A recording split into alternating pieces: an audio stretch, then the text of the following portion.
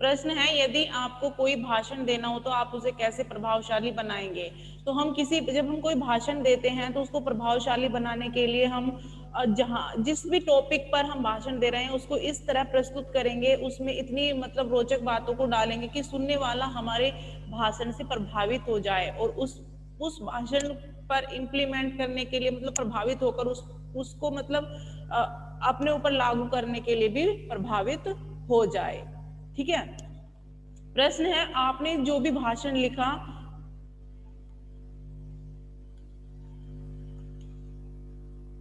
मतलब जो ये आपके लिए है, जो भी आपने भाषण लिखा है उसको अपनी मतलब कक्षा में बताना है ना, 1-1 मिनट में सभी को बताना है। ठीक है। गृह कार्य में क्या दिया, अपने लिखे हुए भाषण को निम्नलिखित बिंदुओं के आधार पर जांचिए। जो ये नीचे दिया गया है ये आप ही के लिए है कि जो आपने खुद ने भाषण लिखा है ना, उसमें आपने किन किन बिंदुओं को लिखा है, जैसे सभी लोगों का स्वागत किया, हाँ या नहीं, और उदाहरण भी देना है कि अगर आपने स्वागत किया है तो कैसे किया है, धन्यवाद किया है तो कैसे किया है, नहीं किया है तो वहां पर क्रॉस करिए।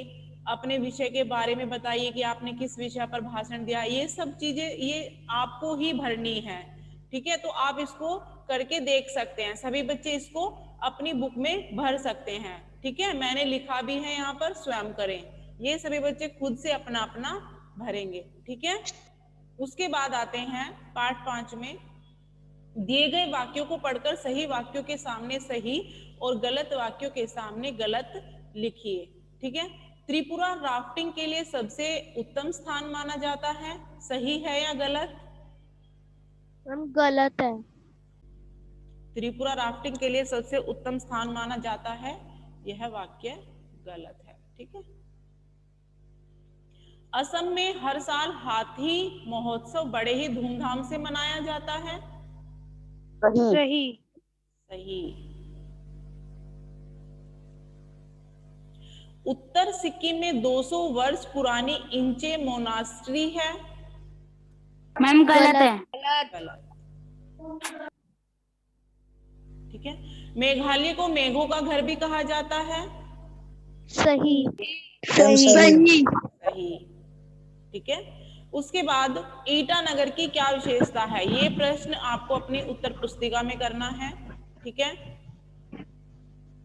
ठीक है। यहाँ पर प्रश्न 3 में देखो क्या दिया है, दुनिया को पोलो खेल सिखाने वाला सुंदर राज्य मणिपुर सन 1891 में एंग्लो मणिपुरी युद्ध के बाद अंग्रेजों के अधीन आ गया।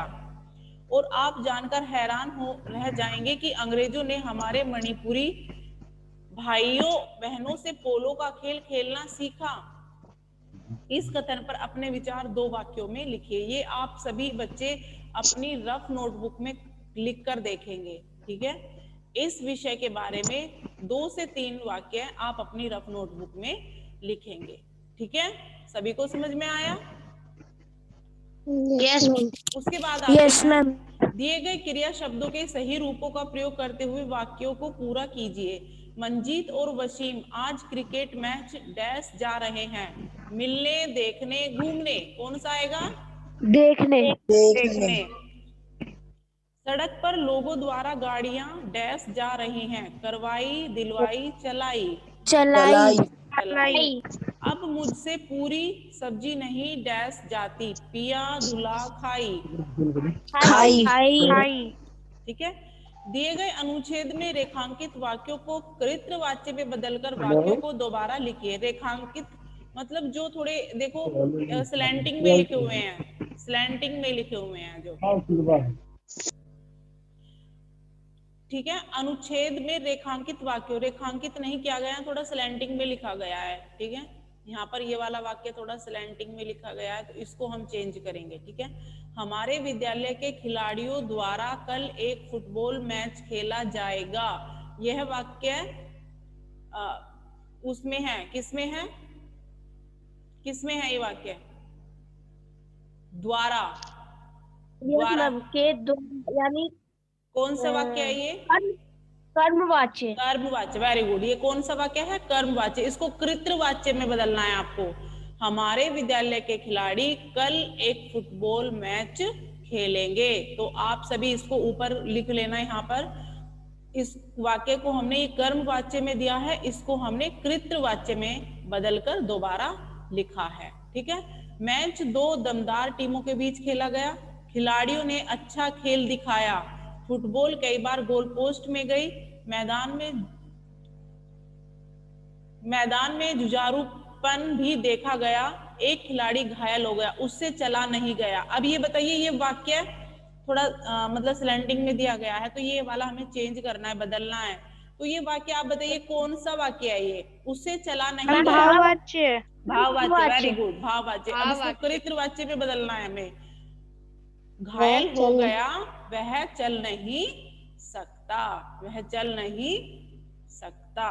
तो यहाँ पर इसको हम बदलकर ये वाक्य लिख देंगे। ठीक है, सभी को समझ में आया होगा? Yes ma'am. Okay, very good.